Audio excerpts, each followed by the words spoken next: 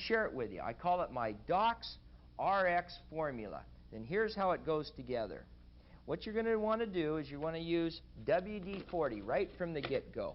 And you want to spray it into the container for at least 5 to 6 seconds. Ready? 1, 2, 3, 4, 5, 6. Okay?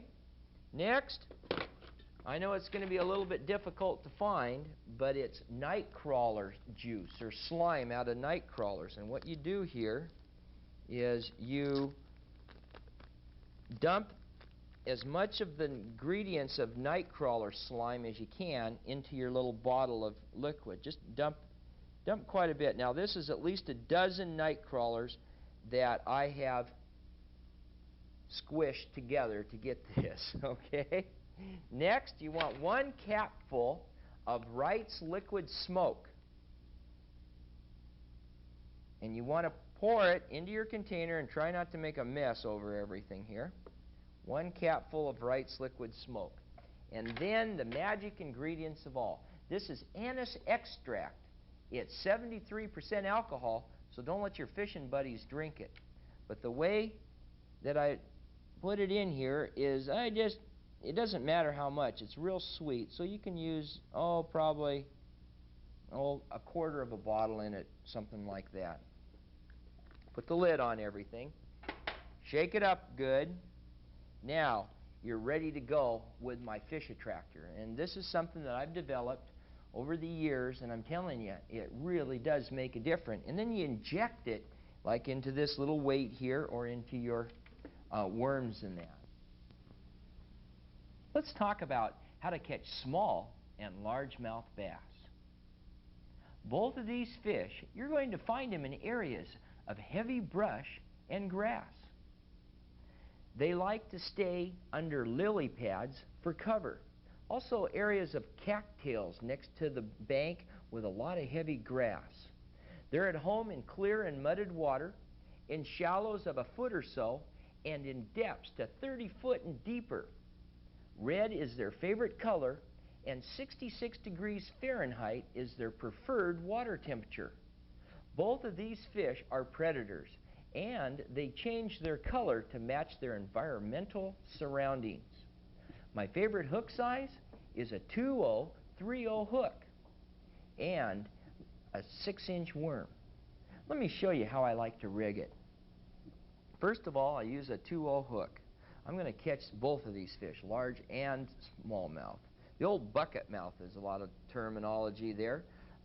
I like to use a little bit of hot pink deer tail, and I tie that right in the hook when I tie my bumper knot. Remember the bumper knot tie we used?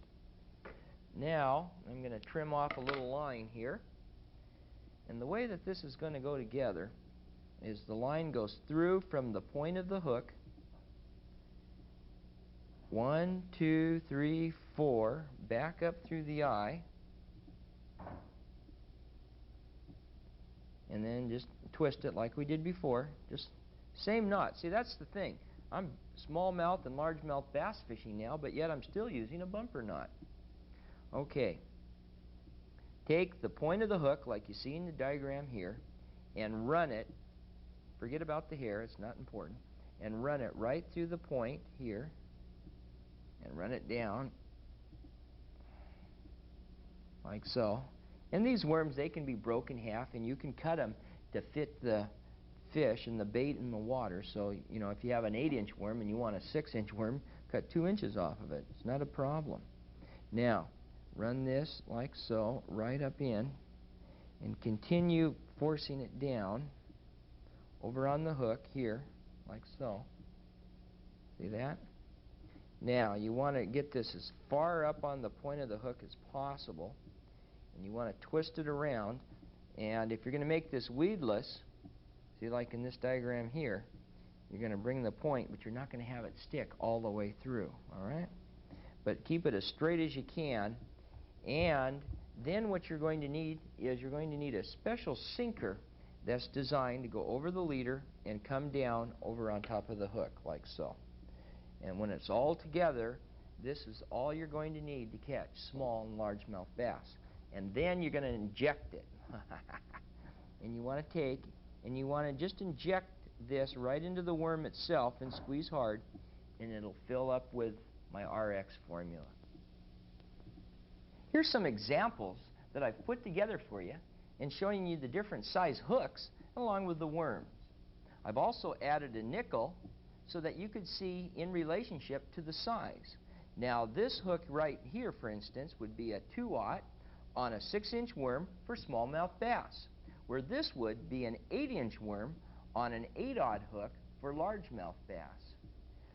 The one that I've just tied up here was on a 3/0 hook, and it's a 6-inch worm, and it's right here next to the nickel. See, worm sizes are critical. What you want to use is a 4-inch worm with a 1 or a 1/0 hook. If you're going to use a 6-inch worm, you would need a 2/0 or a 3/0 size hook. If you're looking for largemouth bass, you'd want an 8-inch worm on a 3/0 or a 5/0 size hook.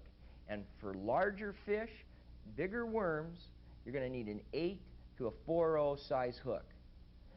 Don't be afraid in using big hooks and big bait on these fish. All right?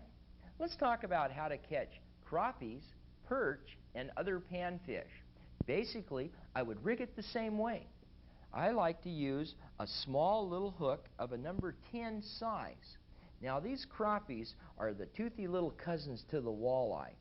They prefer, areas of an eel-covered grass bottom. Also, temperatures of water in the mid-60s. And when fishing for these fish on a hot summer day, find an area in the lake or the pond where you're fishing that hopefully there's some moving water, because moving water is cooler than stagnant water. And you might want to take a temperature reading to find out what area of this pond or lake that you're fishing in has the preferred temperature, because I'm telling you, it's critical in catching these fish. They like the mid-60s, just like you and I do when we get outside. So remember, when fishing for small and largemouth bass, crappie, perch, and other panfish, keep your bait moving. Don't let it lay still, and you're going to see some nice results.